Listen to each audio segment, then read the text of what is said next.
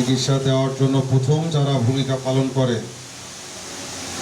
বিভিন্ন পর্যায়ের চিকিৎসকবৃন্দ, উপস্থিত সম্মানিত ওষুধ শিল্প সমিতি গোবিন্দগঞ্জ সবাইকে এবং এই সেন্ট্রাল হাসপাতালের কর্তৃপক্ষ সবাইকে সালাম, আসসালামু আলাইকুম। শুরুতেই যে কথাটা বলতে চাচ্ছি সেটা হলো দেশের স্বাস্থ্য ব্যবস্থার বর্তমান অবস্থা।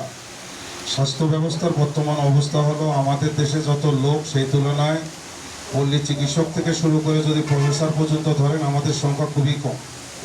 আমাদের কিন্তু সংখ্যা খুবই কম।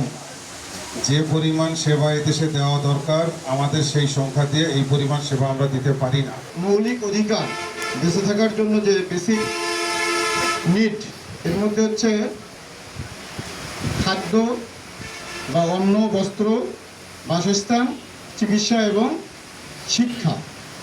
এই পাঁচের মধ্যে হচ্ছে আমাদের চিকিৎসাটা হচ্ছে একটা খুবই অন্যতম একটা গুরুত্বপূর্ণ।